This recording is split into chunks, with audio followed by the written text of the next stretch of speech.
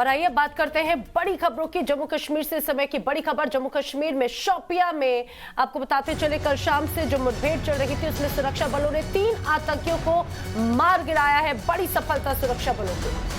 बिल्कुल, आतंकियों में एक की पहचान मुख्तार शाह के नाम से हुई है, जो गांदरबल का रहने वाला था और श्रीनगर में गोलगप्पे बेचने वाले वीरेंद्र पासवान की हत्या के बाद शोपियां में जाकर छिप गया था। आपको बता दें, जो मुठभेड़ हुई शोपियां के तुलाराम इलाके में मुठभेड़ हुई, जहां पर आतंकियों के छिपे होने की खबर मिली थी। शोपियां के तुलाराम इलाके में सुरक्षा बलों ने आतंकियों को सरेंडर करने की भी बात कही, लेकिन उन्होंने सरेंडर करने से सीधा इनकार कर दिया और हश्र वही हुआ जो अन्य आतंकियों का हुआ। 3 आतंकी ढेर। ईशान वानी हमें और जानकारी देंगे। ईशान, क्या और अपडेट है?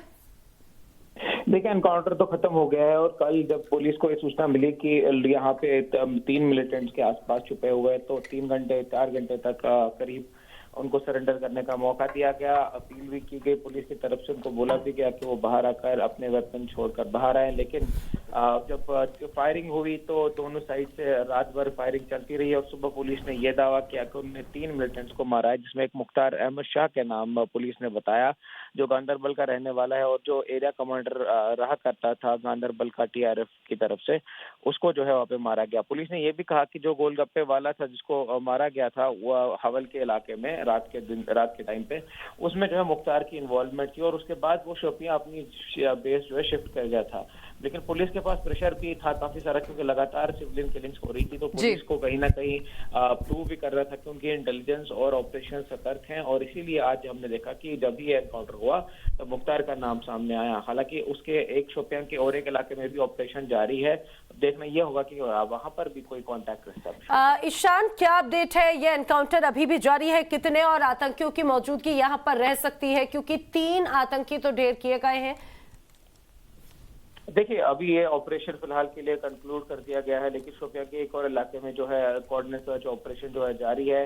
वहां पे संभावना थी, कल DGP ने कहा था कि वहां पे संभावना है कि वहां पे कांटेक्ट एस्टैब्लिश हो सकता है, लेकिन फिलहाल कोई कांटेक्ट एस्टैब्लिश नहीं हुआ है और ये ऑपरेशन जो है पुलिस ने कंक्लूड कर दिया है। ठीक है ईशान, बड़ी खबर पर नजर बनाए रखें। सर्च ऑपरेशन अभी भी जारी है। हालांकि एनकाउंटर को अगर लेकर बात कही जाए तो एनकाउंटर फिलहाल रुका है, लेकिन अभी भी यहां पर आतंकियों की मौजूदगी की आशंका जरूर जताई जा रही है। बिल्कुल, अगली खबर रोहिणी से मिल रही है। दिल्ली के रोहिणी में कुछ बदमाशों ने राधे नाम के एक शख्स की गोली मारकर हत्या कर दी। बताया जा रहा है कि राधे रोहिणी सेक्टर 16 में अपनी बाइक से आया था और सड़क पर वो खड़ा हुआ था, तभी 2 लोग पैदल इसके पास में आए और किसी बात को लेकर तीनों में झगड़ा हुआ और विवाद बढ़ता चला गया। वारदात को अंजाम देने के बाद दोनों हमलावर मौके से फरार हो गए हैं। पुलिस को शक है कि ये गैंग वॉर का मामला हो सकता है, क्योंकि मरने वाला राधे साल 2019 में गैंगस्टर संदीप उर्फ टिल्लू ताजपुरिया के साथ जेल भी गया था। तो दिल्ली के रोहिणी में सरेआम हत्या का मामला। बदमाशों ने सड़क पर शख्स को दो गोलियों से भून डाला। राष्ट्रीय मानव अधिकार आयोग के स्थापना दिवस पर आयोजित होने वाले कार्यक्रम को आज प्रधानमंत्री मोदी वीडियो कॉन्फ्रेंसिंग के जरिए संबोधित करेंगे। राष्ट्रीय मानव अधिकार आयोग का ये 28वां स्थापना दिवस है। इस मौके पर 11 बजे प्रधानमंत्री इस कार्यक्रम को संबोधित करेंगे। बताया, मानव अधिकार संरक्षण कानून 1993 के तहत राष्ट्रीय मानव अधिकार आयोग की स्थापना 12 अक्टूबर 1993 को की गई थी। आयोग का उद्देश्य मानव अधिकारों की रक्षा और उन्हें बढ़ावा देना है। तो देश में मानव अधिकारों का रक्षक है राष्ट्रीय मानव अधिकार आयोग। मानव अधिकार के उल्लंघन पर संज्ञान लेता है। राष्ट्रीय मानव अधिकार आयोग के बारे में हम आपको बता रहे हैं। मानव अधिकारों के उल्लंघन पर कार्रवाई आयोग द्वारा की जाती है और आज प्रधानमंत्री का संबोधन भी होगा। वीडियो कॉन्फ्रेंसिंग के जरिए प्रधानमंत्री जुड़ेंगे। जो पीड़ित हैं, पीड़ितों को आर्थिक मदद की सिफारिश अगर कहीं से की जाती है तो वो राष्ट्रीय मानव अधिकार आयोग ही है। आज NHRC का 28वां स्थापना दिवस है। 12 अक्टूबर 1993 को NHRC की स्थापना हुई थी और NHRC के 28वें स्थापना दिवस पर प्रधानमंत्री नरेंद्र मोदी भी संबोधित करने वाले हैं। सबसे खास बात यह कि NHRC का आज स्थापना दिवस है और कई मायनों में ये बहुत महत्वपूर्ण हो जाता है। आज ही के दिन 12 अक्टूबर 1993 को NHRC की स्थापना की गई थी।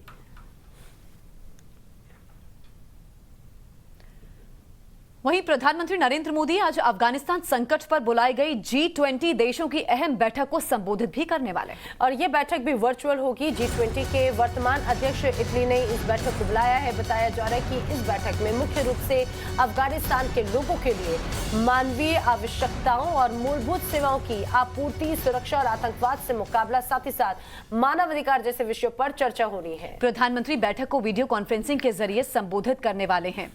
आतंकवाद और मानवाधिकार पर चर्चा होगी। अफगानिस्तान में जिस तरह के हालात इस समय बने हुए हैं, वहां की आम जनता बेहद परेशान है, डरी सहमी है। तालिबान का राज जब से अफगानिस्तान में कायम हुआ है, 20 देशों के नेता अफगान के हालात पर आज चर्चा करने वाले हैं और प्रधानमंत्री नरेंद्र मोदी का आज संबोधन होना है।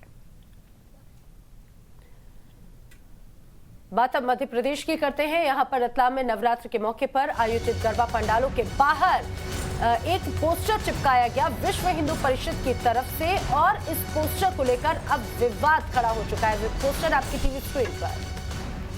विश्व हिंदू परिषद की तरफ से लगाए गए इन पोस्टर में लिखा है, गरबा पंडाल में गैर हिंदुओं का प्रवेश वर्जित है। वीएचपी के कार्यकर्ताओं के मुताबिक पिछले कुछ साल में धर्म परिवर्तन की कई घटनाएं शहर में आई हैं, जिसको देखते हुए वीएचपी के धर्म प्रसार विंग की तरफ से ये पहल की गई है। और जब ये पूरा मामला सामने आया तो अब पुलिस की जानकारी में पहुंच चुका है, लेकिन पुलिस का कहना है कि पंडाल के आयोजकों ने इस मामले में कोई शिकायत नहीं दी है। हालांकि इस पोस्टर के बाद में एक अलग तरह से विवाद जरूर बनता हुआ नजर आता है। आप देख रहे हैं हाल फिलहाल में लव जिहाद की अनेक घटनाएं घट रही है। उसको रोकने के लिए प्रदेश में कानून भी बना है, लेकिन उसके बावजूद भी वो गतिविधियां नियंत्रण जारी है। कभी कोई नाम बदल के आता है, कभी किस रूप में आता है और हिंदू बहन बेटों को बहला फुसला कर धर्मांतरण करवाता है और उन्हें धोखे में रखा जाता है। उनको रोकने के लिए विश्व हिंदू परिषद धर्म प्रसार के द्वारा एक मुहिम छिड़ी गई है, जिसमें सभी गरबा पंडालों में एक बैनर लगाया गया है कि उसमें गैर हिंदू जो हैं उनका प्रवेश वर्जित है।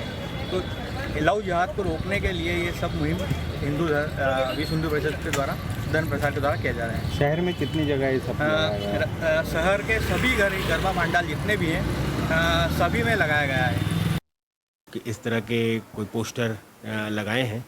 इसमें जो पंडाल संचालक हैं उनसे बातचीत करते उनको किसी प्रकार की आपत्ति होना नहीं पाया गया है।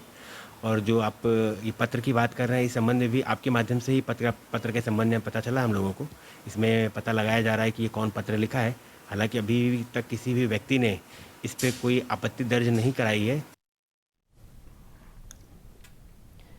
तो रतलाम में गरबा पंडाल इस समय अब लगाए गए हैं। हालांकि कोरोना गाइडलाइंस को ध्यान में रखते हुए लगाए गए, और कई तरह की गाइडलाइंस, कई तरह के नोटिस यहां पर हैं जो कोविड को ध्यान में रखते हुए लगाए गए थे। लेकिन इस बीच एक जो पोस्टर लगाया गया उसको लेकर कहा जाए एक विवाद खड़ा हो चुका है। गैर हिंदुओं का गरबा पंडाल में प्रवेश को वर्जित करार देते हुए एक पोस्टर लगाया, और ये पोस्टर विश्व हिंदू परिषद की तरफ से लगाया गया है। सोशल मीडिया पर आए दिनों कोई ना कोई वीडियो वायरल होता है जिसमें कई तरह के दावे किए जाते हैं। अब वो सच होते हैं या झूठ, ये जानने की कोई कोशिश नहीं करता, बस उसको शेयर पे शेयर किया जाता है। ऐसा ही एक वीडियो सोशल मीडिया पर वायरल हो रहा है जिसमें ये दावा किया जा रहा है कि पंजाब के नए मुख्यमंत्री चरणजीत सिंह चन्नी ने ईसाई धर्म अपना लिया है। क्या है इस वायरल की पूरी सच्चाई, देखिए हमारे फैक्ट चेक सेगमेंट में। पंजाब के मुख्यमंत्री चरणजीत सिंह चन्नी ने ईसाई धर्म अपना लिया है। पंजाब के नए मुख्यमंत्री रहते हैं सरदार के वेश में और पूजा करते हैं ईसाई के वेश में। चन्नी को मुख्यमंत्री बनाना क्या मिशनरी का भाग है? पंजाब में क्या क्रिश्चियनिटी फैलाने के लिए चन्नी को मुख्यमंत्री बनाया गया है? कुछ ऐसे ही दावों के साथ एक वीडियो काफी शेयर किया जा रहा है, जिसे पंजाब के नए मुख्यमंत्री चरणजीत सिंह चन्नी का वीडियो बताकर धड़ल्ले से शेयर किया जा रहा है और दावा किया जा रहा है कि चन्नी ने ईसाई धर्म अपना लिया है।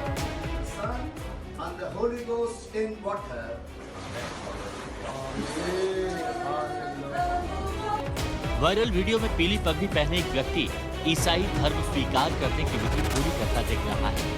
दावा किया जा रहा है कि ये व्यक्ति पंजाब के नए मुख्यमंत्री चरणजीत सिंह चन्नी हैं। कुछ यूजर्स ने ये वीडियो फेसबुक ग्रुप्स में पोस्ट किया तो कुछ ने ट्विटर पर। क्योंकि वायरल वीडियो पंजाब के मुख्यमंत्री के नाम से वायरल किया जा रहा है और धर्म से जुड़ा हुआ है, तो टाइम्स नाउ नवभारत ने वीडियो की हकीकत जानने के लिए फैक्ट खंगालने शुरू किए। जब हमने वायरल वीडियो को कई बार बारीकी से देखा तो पादरी की बातों से सच सामने आ गया। वीडियो में पादरी कहते हैं,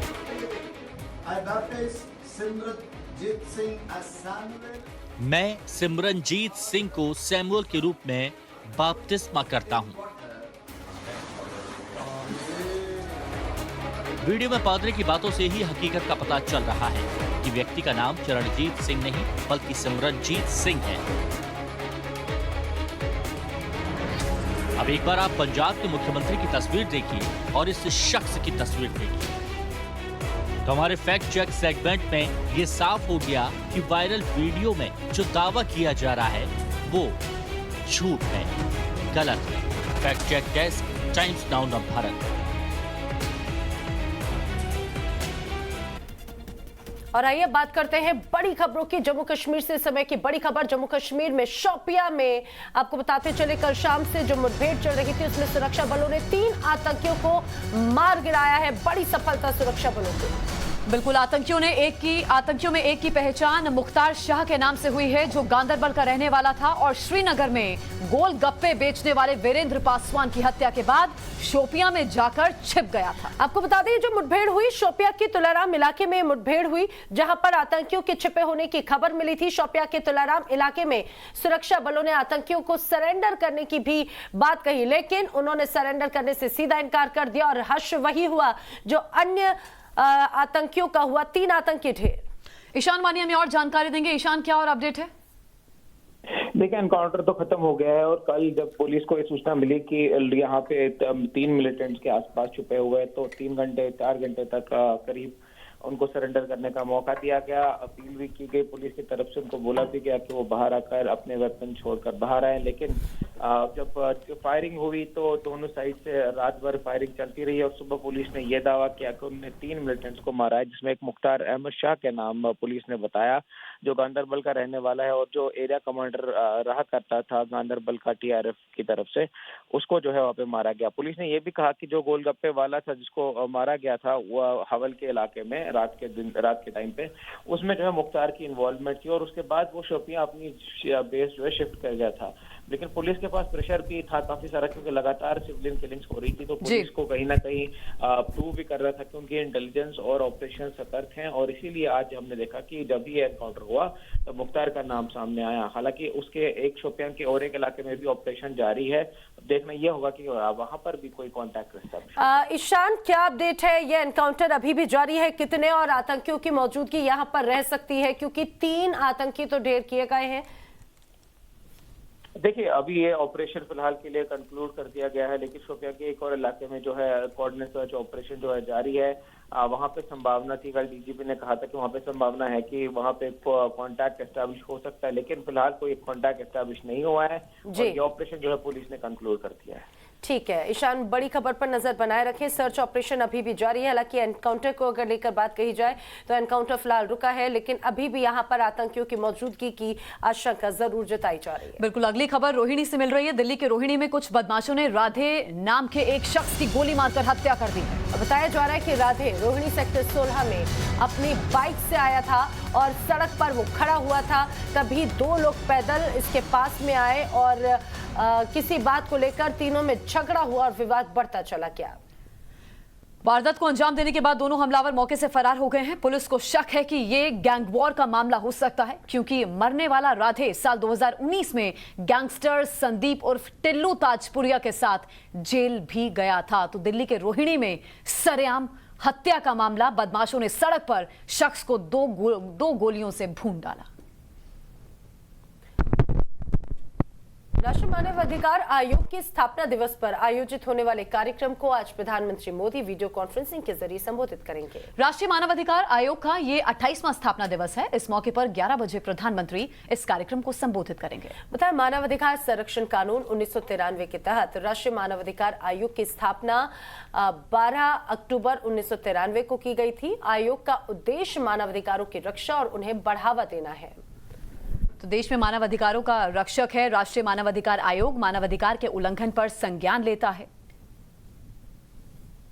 राष्ट्रीय मानवाधिकार आयोग के बारे में हम आपको बता रहे हैं। मानवाधिकारों के उल्लंघन पर कार्रवाई आयोग द्वारा की जाती है और आज प्रधानमंत्री का संबोधन भी होगा। वीडियो कॉन्फ्रेंसिंग के जरिए प्रधानमंत्री जुड़ेंगे। जो पीड़ित हैं, पीड़ितों को आर्थिक मदद की सिफारिश अगर कहीं से की जाती है तो वो राष्ट्रीय मानवाधिकार आयोग ही है। आज एनएचआरसी का 28वां स्थापना दिवस है। 12 अक्टूबर 1993 को एनएचआरसी की स्थापना हुई थी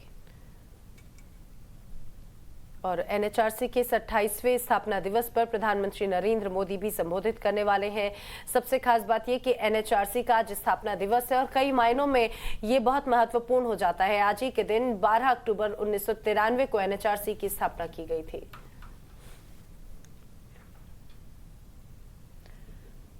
वहीं प्रधानमंत्री नरेंद्र मोदी आज अफगानिस्तान संकट पर बुलाई गई G20 देशों की अहम बैठक को संबोधित भी करने वाले हैं और ये बैठक भी वर्चुअल होगी। G20 के वर्तमान अध्यक्ष इटली ने इस बैठक को बुलाया है। बताया जा रहा है कि इस बैठक में मुख्य रूप से अफगानिस्तान के लोगों के लिए मानवीय आवश्यकताओं और मूलभूत सेवाओं की आपूर्ति, सुरक्षा और आतंकवाद से मुकाबला, साथ ही साथ मानवाधिकार जैसे विषयों पर चर्चा हो रही है। प्रधानमंत्री बैठक को वीडियो कॉन्फ्रेंसिंग के जरिए संबोधित करने वाले हैं।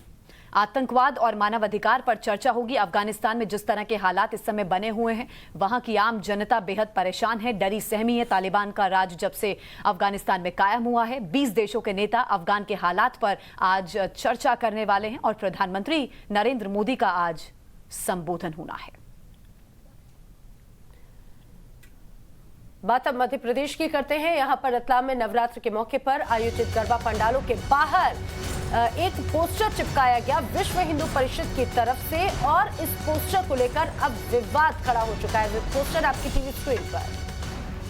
विश्व हिंदू परिषद की तरफ से लगाए गए इन पोस्टर में लिखा है, गरबा पंडाल में गैर हिंदुओं का प्रवेश वर्जित है। वीएचपी के कार्यकर्ताओं के मुताबिक पिछले कुछ साल में धर्म परिवर्तन की कई घटनाएं शहर में आई हैं, जिसको देखते हुए वीएचपी के धर्म प्रसार विंग की तरफ से यह पहल की गई है। और जब ये पूरा मामला सामने आया तो अब पुलिस की जानकारी में पहुंच चुका है, लेकिन पुलिस का कहना है कि पंडाल के आयोजकों ने इस मामले में कोई शिकायत नहीं दी है। हालांकि इस पोस्टर के बाद में एक अलग तरह से विवाद जरूर बनता हुआ नजर आता है। आप देख रहे हैं हाल फिलहाल में लव जिहाद की अनेक घटनाएं घट रही है। उसको रोकने के लिए प्रदेश में कानून भी बना है, लेकिन उसके बावजूद भी वो गतिविधियां नियंत्रण जारी है। कभी कोई नाम बदल के आता है, कभी किस रूप में आता है और हिंदू बहन बेटों को बहला फुसला कर धर्मांतरण करवाता है और उन्हें धोखे में रखा जाता है। उनको रोकने के लिए विश्व हिंदू परिषद धर्म प्रसार के द्वारा एक मुहिम छिड़ी गई है, जिसमें सभी गरबा पंडालों में एक बैनर लगाया गया है कि उसमें गैर हिंदू जो हैं उनका प्रवेश वर्जित है। तो लव जिहाद को रोकने के लिए ये सब मुहिम विश्व हिंदू परिषद के द्वारा धर्म प्रसार के द्वारा किया जा रहा है। शहर में कितनी जगह ये सब शहर के सभी गरबा पंडाल जितने भी हैं सभी में लगाया गया है कि इस तरह के कोई पोस्टर लगाए हैं। इसमें जो पंडाल संचालक हैं उनसे बातचीत करते उनको किसी प्रकार की आपत्ति होना नहीं पाया गया है। और जो आप ये पत्र की बात कर रहे हैं, इस संबंध में भी आपके माध्यम से ही पत्र के संबंध में पता चला हम लोगों को। इसमें पता लगाया जा रहा है कि ये कौन पत्र लिखा है। हालांकि अभी तक किसी भी व्यक्ति ने इस पर कोई आपत्ति दर्ज नहीं कराई है। तो रतलाम में गरबा पंडाल इस समय अब लगाए गए हैं। हालांकि कोरोना गाइडलाइंस को ध्यान में रखते हुए लगाए गए और कई तरह की गाइडलाइंस, कई तरह के नोटिस यहां पर हैं जो कोविड को ध्यान में रखते हुए लगाए गए थे। लेकिन इस बीच एक जो पोस्टर लगाया गया उसको लेकर कहा जाए एक विवाद खड़ा हो चुका है। गैर हिंदुओं का गरबा पंडाल में प्रवेश को वर्जित करार देते हुए एक पोस्टर लगाया और ये पोस्टर विश्व हिंदू परिषद की तरफ से लगाया गया है। सोशल मीडिया पर आए दिनों कोई ना कोई वीडियो वायरल होता है जिसमें कई तरह के दावे किए जाते हैं। अब वो सच होते हैं या झूठ, ये जानने की कोई कोशिश नहीं करता, बस उसको शेयर पे शेयर किया जाता है। ऐसा ही एक वीडियो सोशल मीडिया पर वायरल हो रहा है जिसमें यह दावा किया जा रहा है कि पंजाब के नए मुख्यमंत्री चरणजीत सिंह चन्नी ने ईसाई धर्म अपना लिया है। क्या है इस वायरल की पूरी सच्चाई, देखिए हमारे फैक्ट चेक सेगमेंट में। पंजाब के मुख्यमंत्री चरणजीत सिंह चन्नी ने ईसाई धर्म अपना लिया है। पंजाब के नए मुख्यमंत्री रहते हैं सरदार के वेश में और पूजा करते हैं ईसाई के वेश में।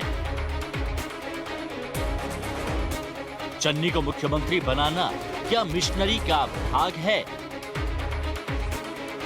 पंजाब में क्या क्रिश्चियनिटी फैलाने के लिए चन्नी को मुख्यमंत्री बनाया गया है? कुछ ऐसे ही दावों के साथ एक वीडियो काफी शेयर किया जा रहा है, जिसे पंजाब के नए मुख्यमंत्री चरणजीत सिंह चन्नी का वीडियो बताकर धड़ल्ले से शेयर किया जा रहा है और दावा किया जा रहा है कि चन्नी ने ईसाई धर्म अपना लिया है।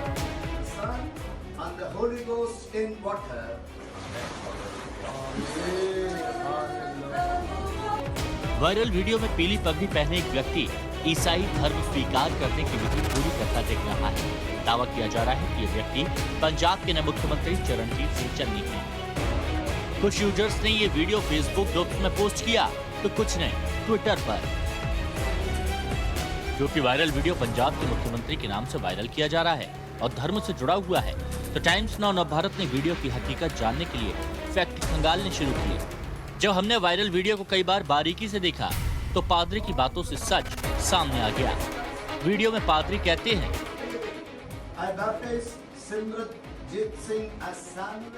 मैं सिमरनजीत सिंह को सैमुअल के रूप में बपतिस्मा करता हूं। वीडियो में पादरी की बातों से ही हकीकत का पता चल रहा है कि व्यक्ति का नाम चरणजीत सिंह नहीं बल्कि सिमरनजीत सिंह है। अब एक बार आप पंजाब के मुख्यमंत्री की तस्वीर देखिए और इस शख्स की तस्वीर देखिए, तो हमारे फैक्ट चेक सेगमेंट में ये साफ हो गया कि वायरल वीडियो में जो दावा किया जा रहा है वो झूठ है, गलत है। Fact check desk, Times Now Navbharat.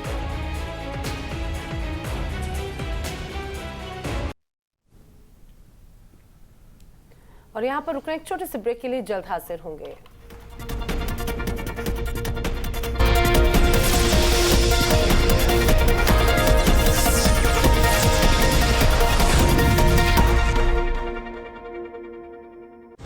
Powered by MediBuddy, unlimited doctor consultations with MediBuddy Gold. In association with Airtel Black, fiber DTH mobile in one bill.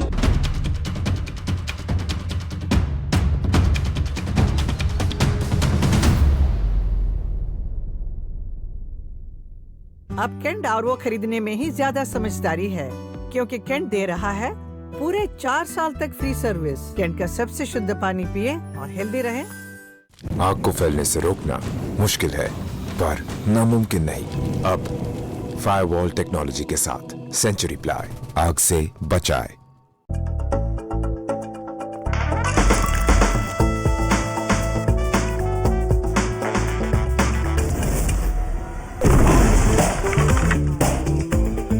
Always been on 8 main. France में ना है ना ऐसे लोसेरा बाय सेंचुरी लैमिनेट्स, चाहे जो हो जाए kitchen चमकता जाए।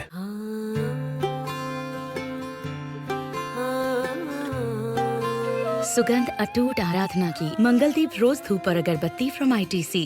आग को फैलने से रोकना मुश्किल है पर नामुमकिन नहीं। अब फायरवॉल टेक्नोलॉजी के साथ सेंचुरी प्लाई आग से बचाए।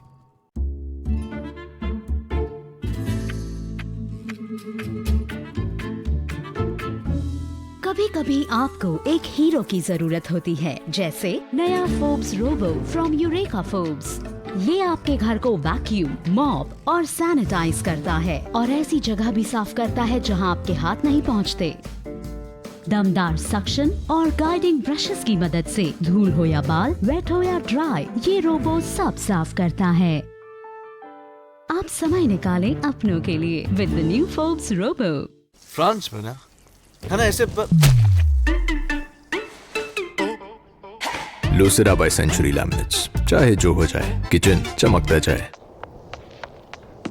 It's a brand new day, we found another way. The sun calling our names, stepping out of the cage. It's been a little minute, we've been counting days. Hey, oh, hey, we found another way. X70 series, co-engineered with Zeiss, Vivo.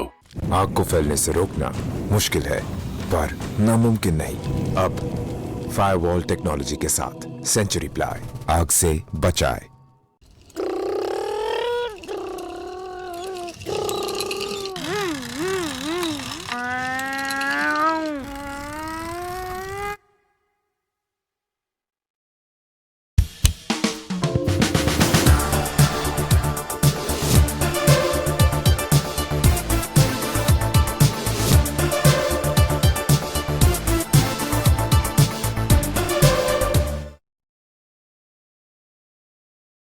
सुनो ना, आज तबीयत ठीक नहीं लग रही, तुम ही सब काम निपटा दो ना प्लीज।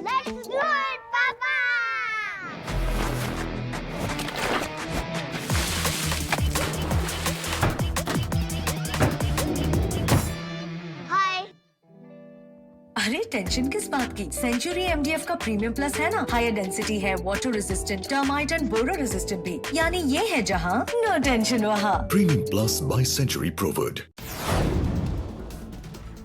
बंद के नाम पर आम आदमी और आम लोगों को पीटने की छूट कैसे? जो 11 हमारे किसान भाइयों को उनकी बर्बरता से जो हत्या की गई उसके विरोध में था। सबसे पहले तो मैं आपको ये बता दूं कि 11 लोग नहीं 8 लोगों की मौत की पुष्टि हुई है। फैक्ट चेक कर रही है मेरी रिसर्च टीम, 11 लोग लाइट डिटेक्टर टेस्ट में आप फेल हो चुकी हैं, लाइट डिटेक्टर टेस्ट में आप फेल हो चुकी हैं।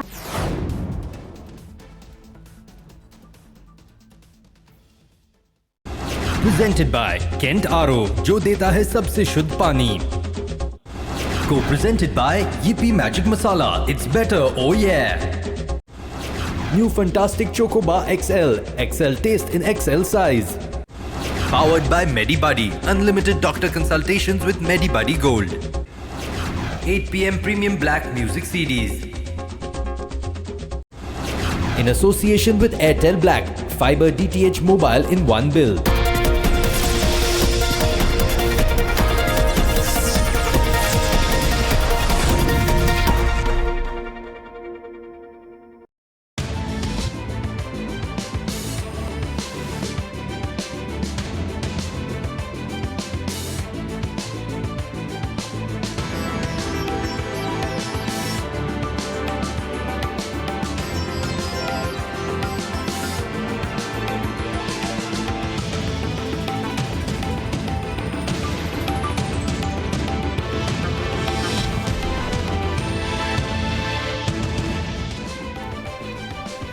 जम्मू कश्मीर के शोपियां में कल शाम से 2 जगह आतंकियों के साथ एनकाउंटर, 3 आतंकी ढेर, गोलगप्पे बेचने वाले वीरेंद्र पासवान का हत्यारा मुख्तार शाह ढेर।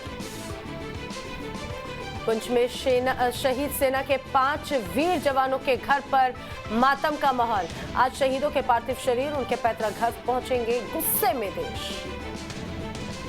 लखीमपुर हिंसा में मारे गए किसानों के लिए आज श्रद्धांजलि सभा का आयोजन, राकेश टिकैत समेत सभी किसान नेता अंतिम अरदास में होंगे शामिल, प्रियंका गांधी भी करेंगी शिरकत।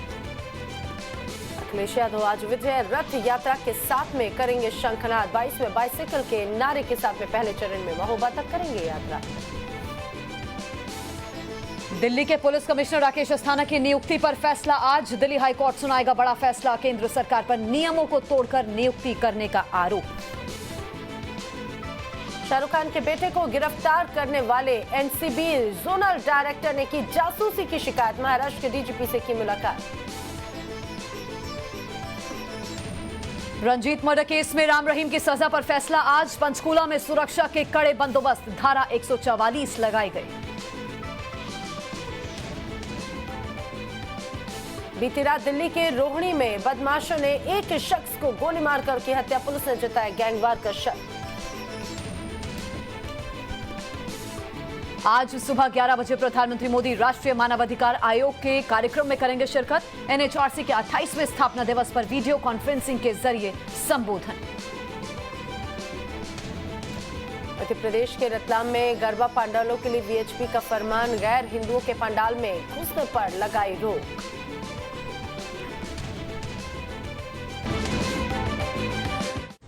In association with Germ Off Surface Cleaner, Germs Off Fragrance On, Sunflame Home Appliances, designed for perfection. Sunflame, the clear choice. Join now, BFIT Group of Institutions providing hotel management and journalism. नमस्कार, आप देख रहे हैं times on Bharat, मैं हूं आपके साथ नैना यादव और मैं हूं आपके साथ ज्योत्सना बेदी। उत्तर प्रदेश के लखीमपुर खीरी के तिकोनिया में 3 अक्टूबर को हुई हिंसा में मारे गए 4 किसानों के लिए आज अंतिम अरदास की जाएगी। जानकारी के मुताबिक अंतिम अरदास कार्यक्रम में कांग्रेस महासचिव प्रियंका गांधी और यूपी कांग्रेस के अध्यक्ष लल्लू कुमार लल्लू भी शामिल होने वाले हैं। इस बीच संयुक्त किसान मोर्चा ने भी साफ कर दिया है कि किसी भी राजनेता को संयुक्त किसान मोर्चे का मंच साझा नहीं करने दिया जाएगा। जिस स्थान पर हिंसा हुई थी उसके पास ही आज साहिबजादे इंटर कॉलेज में अंतिम अरदास का आयोजन किया जा रहा है। संयुक्त किसान मोर्चा और अन्य संगठनों ने पूरे देश से प्रार्थना और श्रद्धांजलि सभा आयोजित कर शाम को मोमबत्ती मार्च निकालने की अपील की है। और इसी बीच जानकारी यह है कि लखीमपुर में बढ़ती संवेदनशीलता को देखते हुए आईजी रेंज लखनऊ समेत 10 बड़े पुलिस अधिकारियों को भी मौके पर तैनात किया गया है। और आज के इस अंतिम अरदास कार्यक्रम में यूपी के अलावा दूसरे राज्यों के किसानों के पहुंचने की भी उम्मीद जताई गई है। तो तस्वीरें थोड़ी देर में आनी शुरू हो जाएंगी। नैना, प्रियंका भी इसमें शामिल हो रही हैं अंतिम अरदास में। राकेश टिकैत के भी शामिल होने की जानकारी मिल रही है। 3 अक्टूबर के हिंसा में मारे गए थे 4 किसान। प्रियंका गांधी, अजय कुमार लल्लू जो कांग्रेस पार्टी के अध्यक्ष हैं उत्तर प्रदेश में, वो भी शामिल होने वाले हैं। कोई नेता मंच साझा नहीं करेगा, इस तरह के बयान भी सामने आ रहे हैं कि कोई मंच पर नहीं आपको नेता मौजूद नजर आएगा। ये जानकारी मिल रही है। किसान मोर्चा की तरफ से दरअसल कहा गया कि कोई नेता मंच साझा ना करे। दरअसल राजनीतिकरण लखीमपुर मामले को लेकर हो रही है। इस पूरे मामले का राजनीतिकरण हो रहा है। इसको लेकर लगातार जो तमाम किसान हैं वो ये आरोप लगाते रहे हैं। और अब जब अंतिम अरदास की जाएगी तो कई राजनीतिक दल, खासतौर से कांग्रेस की बात करें तो महासचिव प्रियंका गांधी यहां पर पहुंचेंगे। और ये जरूर कहा जा रहा है कि किसी भी दल के साथ में साझा नहीं किया जाए। और इसके साथ ही मोमबत्ती मार्च और लोगों से रात 8 बजे अपने घरों के बाहर मोमबत्तियां जलाने का आग्रह भी किया गया है। और इसी के चलते प्रियंका गांधी लखनऊ पहुंच चुकी हैं। तो आज के इस अंतिम अरदास कार्यक्रम में उत्तर प्रदेश के अलावा दूसरे राज्यों से भी तस्वीरें आएंगी। किसानों के पहुंचने की भी उम्मीद जताई जा रही है कि लखीमपुर खीरी भी अलग अलग राज्यों से किसान पहुंचेंगे और जो नहीं पहुंच पाएंगे वो अपने अपने राज्यों में लोग मोमबत्ती जलाकर श्रद्धांजलि अर्पित करेंगे। तो आज अंतिम अरदास में कई बड़े नेता आपको नजर आने वाले हैं। किसान संगठन मोर्चा से जुड़े भी किसान नेता आपको नजर आएंगे। नेतागिरी का मतलब लूटने नहीं आए हैं, फॉर्चूनर से किसी को कुचलने नहीं आए हैं। वोट मिलेगा आपके व्यवहार से मिलेगा, लेकिन मोहल्ले वालों को मोहल्ले में प्रसन्न होना चाहिए। जब लखीमपुर खीरी हिंसा का मामला सुर्खियों में है, विपक्ष लगातार गृह राज्य मंत्री अजय मिश्रा का इस्तीफा मांग रहा है। ऐसे में यूपी बीजेपी के अध्यक्ष स्वतंत्र देव सिंह का ये कहना कि नेतागिरी का मतलब फॉर्च्यूनर से किसी को कुचलने नहीं आए हैं बताता है कि बीजेपी इस घटना के चुनाव में होने वाले असर को लेकर चिंता में है। स्वतंत्र देव सिंह ने जिस दिन ये बात कही उसके दूसरे ही दिन वो दिल्ली में पार्टी अध्यक्ष जेपी नड्डा से मिले। लखीमपुर खीरी हिंसा के साए में हो रही बैठक में यूपी में चुनाव प्रभारी धर्मेंद्र प्रधान, संगठन के राष्ट्रीय महासचिव बीएल संतोष, यूपी बीजेपी में संगठन के इंचार्ज राधा मोहन सिंह और यूपी बीजेपी के संगठन महासचिव सुनील बंसल शामिल रहे। चुनाव के पहले लखीमपुर खीरी में 4 किसानों समेत 8 की हत्या के मामले ने बीजेपी को मुश्किल में डाल दिया। जहां एक तरफ बीजेपी मंत्री के बेटे आशीष मिश्र के खिलाफ आगे बढ़ रही जांच पर नजर बनाए हुए है और फिलहाल मंत्री से इस्तीफे के मूड में नहीं दिख रही है, वहीं किसान और विपक्ष दबाव बढ़ाते जा रहे हैं। आज लखीमपुर खीरी के तुकनिया में मारे गए किसानों की याद में अंतिम अरदास का आयोजन किया गया। इसके लिए किसान नेता राकेश टिकैत पहले ही पहुंच चुके हैं। कांग्रेस महासचिव प्रियंका गांधी और यूपी कांग्रेस के अध्यक्ष अजय कुमार लल्लू भी पहुंच सकते हैं। मंत्री के बेटे आशीष मिश्र की गिरफ्तारी हो चुकी है, वो 3 दिन की पुलिस रिमांड पर है, लेकिन अब तक मंत्री का इस्तीफा नहीं हुआ है। ऐसे में संयुक्त किसान मोर्चा आज आंदोलन को आगे बढ़ाने का ऐलान कर सकता है। किसान नेता पहले ही 18 अक्टूबर को रेल रोकने की बात कह चुके हैं। 12 तारीख को वहीं तिकोनिया से पूरे देश के लिए शहीद किसानों के अस्थि कलश, फूल बोलते हैं, उसे लेके यात्रा रवाना हो। 18 अक्टूबर को रेल रोको सुबह 10 बजे से शाम 4 बजे तक संयुक्त किसान मोर्चा की तरफ से रेल रोको के कार्यक्रम का आह्वान दिया गया। 26 अक्टूबर को उत्तर प्रदेश की राजधानी लखनऊ में एक ऐतिहासिक महापंचायत का आयोजन किया जाएगा। लखीमपुर की हिंसा का सीधा असर यूपी के विधानसभा चुनाव में दिख सकता है। एक तरफ बीजेपी की छवि की चिंता है तो दूसरी तरफ करीब 12% ब्राह्मण वोटों की भी। खीरी से सांसद अजय मिश्र को ब्राह्मण चेहरे के तौर पर ही गृह राज्य मंत्री बनाया गया था। अब बीजेपी अगर वो किसानों की नाराजगी दूर करने के लिए कोई कदम उठाती है तो ब्राह्मण वोटों के नाराज होने का खतरा है। बीजेपी के लिए इस वक्त यही सबसे बड़ी दुविधा है। Bureau report, times Now Navbharat.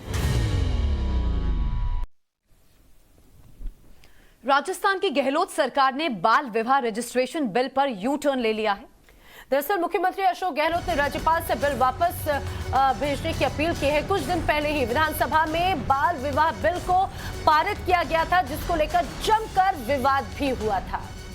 तो सदन में विपक्ष ने भी बाल विवाह रजिस्ट्रेशन का जमकर विरोध किया था। बिल के मुताबिक बाल विवाह रजिस्ट्रेशन को अनिवार्य किया था और आज इस पर क्या कुछ होगा ये देखने वाली बात होगी। तो कुछ दिन पहले ही इस बिल को पास किया जाता है। अब यू टर्न राजस्थान की गहलोत सरकार का। मुख्यमंत्री अशोक गहलोत ने राज्यपाल से बिल को वापस भेजने की अपील की है।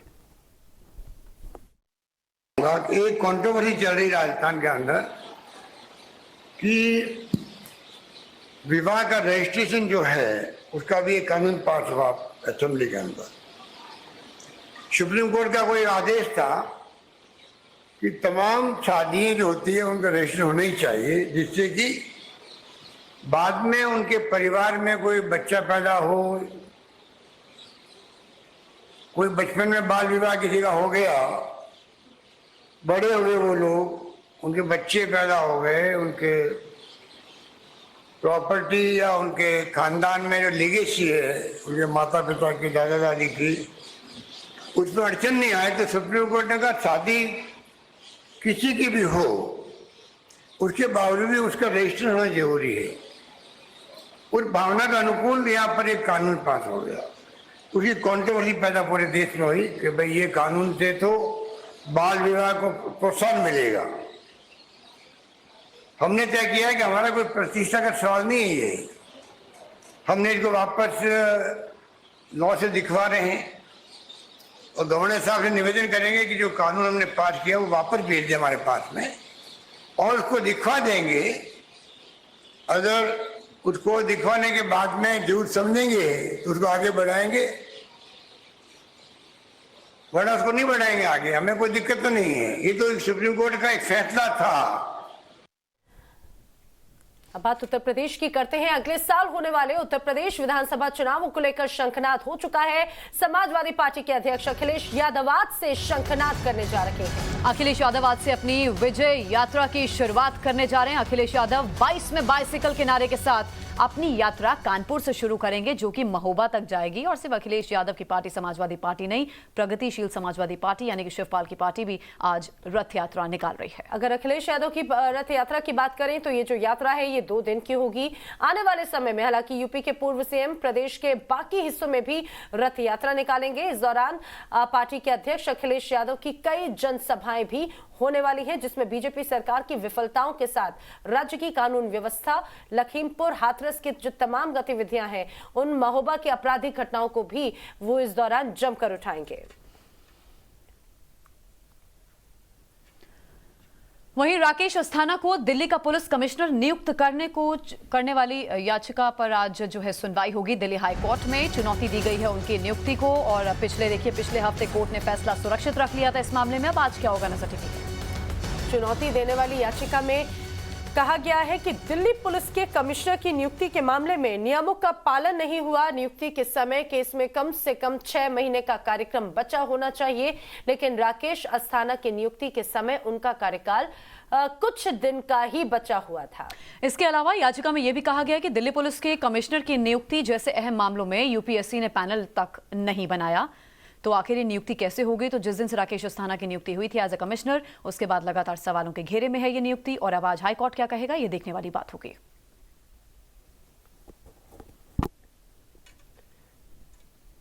और अब देखिए 5 मिनट में 25 बड़ी खबरें। लखीमपुर कांड में मारे गए किसानों को श्रद्धांजलि देने के लिए प्रदर्शनकारी किसान आज देश भर में शहीद किसान दिवस मनाएंगे। संयुक्त किसान मोर्चा ने किसान संगठनों और अन्य समूहों से प्रार्थना सभा आयोजित करने और शाम को मोमबत्ती मार्च निकालने का आग्रह किया है। लखीमपुर कांड में मारे गए किसानों के लिए आज त्रिपुनिया के साहिबजादा इंटर कॉलेज में अंतिम अरदास सभा आयोजित की जाएगी। कार्यक्रम में प्रियंका गांधी और प्रदेश कांग्रेस अध्यक्ष अजय कुमार लल्लू भी शामिल हो सकते हैं। प्रधानमंत्री नरेंद्र मोदी आज राष्ट्रीय मानवाधिकार आयोग के 28वें स्थापना दिवस कार्यक्रम को वीडियो कॉन्फ्रेंसिंग के जरिए संबोधित करेंगे। कार्यक्रम के दौरान गृह मंत्री और राष्ट्रीय मानवाधिकार आयोग के अध्यक्ष भी उपस्थित रहेंगे। पीएम मोदी आज अफगानिस्तान पर G20 नेताओं की शीर्ष बैठक में भी वर्चुअल माध्यम से भाग लेंगे। इस दौरान मानवीय आवश्यकता के प्रति कार्रवाई, प्राथमिक सेवाओं और रोजगार तक पहुंच पर चर्चा की जाएगी। साथ ही सुरक्षा, आतंकवाद के खिलाफ कार्रवाई, गतिशीलता और मानवाधिकारों पर भी बात होगी। देश में बिजली संकट से निपटने के लिए कोल, रेल और पावर मिनिस्ट्री ने मिलकर एक क्राइसिस मैनेजमेंट ग्रुप बनाया है। इसमें तीनों मंत्रालय के बड़े अधिकारी शामिल हैं। बारिश की वजह से कोयले की कम खुदाई के चलते कई पावर प्लांट्स में स्टॉक कम हो गया है। इससे बिजली के उत्पादन पर असर पड़ने की आशंका जताई जा रही है। यूपी चुनाव में जीत दोहराने के लिए बीजेपी ने मेगा प्लान तैयार किया है। इसके तहत यूपी में 100 दिनों के 100 कार्यक्रम आयोजित किए जाएंगे। इसका रोड मैप तैयार करने के लिए कल दिल्ली में पार्टी की एक रणनीतिक बैठक भी हुई। यूपी चुनाव के मद्देनजर समाजवादी पार्टी के अध्यक्ष अखिलेश यादव आज 2 दिवसीय विजय यात्रा शुरू करेंगे। 22 मई बाइसिकल किनारे के साथ विजय यात्रा की शुरुआत होगी। इसके तहत अखिलेश यादव आज कानपुर कालपी होते हुए महोबा की यात्रा पर होंगे। शिवपाल यादव की प्रगतिशील समाजवादी पार्टी भी आज मथुरा में सामाजिक परिवर्तन रथ यात्रा निकालने जा रही है। आगरा से आजमगढ़ होते हुए पूर्वांचल, गोरखपुर, बनारस सहित 18 मंडल में यात्रा निकाली जाएगी। पंजाब में सियासी नींव मजबूत करने के लिए दिल्ली के मुख्यमंत्री अरविंद केजरीवाल आज फिर पंजाब पहुंच रहे हैं। आज अरविंद केजरीवाल जालंधर में तालाब मंदिर में माता के दर्शन करेंगे और एक कार्यक्रम में शामिल होंगे। दिल्ली में सार्वजनिक स्थानों पर छठ पूजा पर रोक के विरोध में बीजेपी आज प्रदर्शन करेगी। दिल्ली बीजेपी अध्यक्ष आदेश गुप्ता ने कहा कि भव्य तरीके से त्योहार मनाने की बात की। उन्होंने कहा कि कोरोना के नियमों का पालन करते हुए छठ का पर्व मनाया जाए। मुंबई ड्रग्स केस की जांच कर रहे एनसीबी के जोनल निदेशक समीर वानखेड़े ने आरोप लगाया है कि उनका पीछा किया जा रहा है। आज इसी सिलसिले में समीर वानखेड़े ने महाराष्ट्र डीजीपी से मुलाकात की। उन्होंने आरोप लगाया कि कुछ पुलिसकर्मी उन पर नजर रखे हैं। बीते कई दिनों से लापता चल रहे मुंबई पुलिस के पूर्व कमिश्नर परमवीर सिंह की आज मुंबई क्राइम ब्रांच में पेशी होनी है, लेकिन परमवीर सिंह के पहुंचने को लेकर संशय बना हुआ है। गोरेगांव पुलिस स्टेशन में परमवीर सिंह, सचिन वाजे और अन्य लोगों पर एक्सटॉर्शन का मामला दर्ज किया गया है। रंजीत सिंह हत्या मामले में गुरमीत राम रहीम सहित 5 दोषियों की सजा पर आज फैसला सुनाया जाना है। हरियाणा की विशेष सीबीआई कोर्ट द्वारा सजा सुनाई जानी है। इसके मद्देनजर पंचकुला प्रशासन ने जिले में धारा 144 लागू की है ताकि किसी तरह का तनाव पैदा न हो। यूपी के बुलंदशहर में एक ई रिक्शा चालक की मारपीट की वजह से मौत का मामला सामने आया। मामला खुर्जा के चौंडेरा गांव का है। आरोप है कि पुलिस ने रिक्शा चालक की पिटाई की और उसकी हत्या की। मामले में 2 पुलिसकर्मियों को निलंबित किया गया है। मुजफ्फरनगर में जिला पंचायत सदस्य जरीन बेगम ने गांव से पलायन का ऐलान किया है। जरीन बेगम ने अपने घर की दीवार पर मकान बेचने के लिए भी लिखा है। हाल ही में जरीन बेगम के पति पर जानलेवा हमला हुआ था। आरोप है कि मामले में नामजद रिपोर्ट दर्ज होने के बावजूद गिरफ्तारी नहीं की जा रही। किर्गिस्तान, कजाकिस्तान और आर्मेनिया की यात्रा के तीसरे पड़ाव में विदेश मंत्री डॉक्टर एस जयशंकर 2 दिन आर्मेनिया में रहेंगे। यहां अपने समकक्ष से मुलाकात के अलावा डॉक्टर जयशंकर आर्मेनिया के पीएम और नेशनल असेंबली के अध्यक्ष से भी मिलेंगे। भारतीय सेना प्रमुख जनरल मनोज मुकुंद नरवणे आज से श्रीलंका की 5 दिवसीय यात्रा पर हैं। इस दौरान जनरल नरवणे श्रीलंकाई सशस्त्र बलों के कमांडर इन चीफ राष्ट्रपति गोतबाया राजपक्षे और प्रधानमंत्री महिंद्रा राजपक्षे से मुलाकात करेंगे। भारतीय नौसेना आज से Japan maritime self defence force, royal Australian navy और यूनाइटेड स्टेट्स नेवी के साथ मालाबार अभ्यास करेगी। यह अभ्यास 12 से 15 अक्टूबर तक बंगाल की खाड़ी में आयोजित किया जा रहा है। खराब अर्थव्यवस्था से जूझ रहे पाकिस्तान ने एक बार फिर चीन के सामने हाथ फैलाए हैं। पाकिस्तान के पीएम इमरान खान ने आबादी को रोजगार मुहैया कराने के लिए निवेश की जरूरत बताई है। इसके लिए अधिकारियों को चीनी कंपनियों को आकर्षित करने के लिए उपाय करने के लिए कहा है। ऑस्ट्रेलिया के सबसे बड़े शहर सिडनी में 100 से ज्यादा दिन तक चले लॉकडाउन को खत्म कर दिया गया है। वैक्सीन की दोनों डोज लगवा चुके लोगों के लिए जिम, कैफे, हेयर ड्रेसर की दुकानें फिर से खोल दी गई हैं। कोरोना महामारी से प्रभावित भारतीय अर्थव्यवस्था की दोबारा रफ्तार पकड़ने के संकेतों के बीच केंद्रीय वित्त मंत्रालय आज से 2022-23 के वार्षिक बजट तैयार करने की कवायद शुरू करेगा। ये बैठकें नवंबर के दूसरे हफ्ते तक जारी रहेंगी। कोयला मंत्रालय आज से 40 नई कोयला खदानों की नीलामी प्रक्रियाओं के अगले दौर की शुरुआत करेगा। प्रतिशत राजस्व हिस्सेदारी के आधार पर नीलामी एक पारदर्शी तरीके से 2 चरणों वाली प्रक्रिया के जरिए ऑनलाइन आयोजित की जाए। टीकाकरण और पोस्ट कोविड लक्षणों को लेकर एम्स ने रिसर्च में नई जानकारी हासिल की है। इसके मुताबिक कोरोना संक्रमण से बचाव के लिए दी जाने वाली वैक्सीन की 2 खुराक कोरोना से ठीक होने के बाद सामने आ रही समस्याओं को भी यूपीएससी ने बड़े पैमाने पर अधिकारियों और कर्मचारियों की भर्ती के लिए विज्ञापन जारी किया है। इनमें youth officer, junior time scale और सीनियर ग्रेड सहित कई विभागों के पद शामिल हैं। उम्मीदवार यूपीएससी की वेबसाइट से आवेदन कर सकते हैं। अब आप IRCTC के जरिए बस की टिकट भी बुक करा सकते हैं। IRCTC ने बस बुकिंग को अपने टूरिज्म पोर्टल के साथ इंटीग्रेट कर दिया है। इसमें सरकारी और प्राइवेट दोनों ही तरह की बसें शामिल हैं।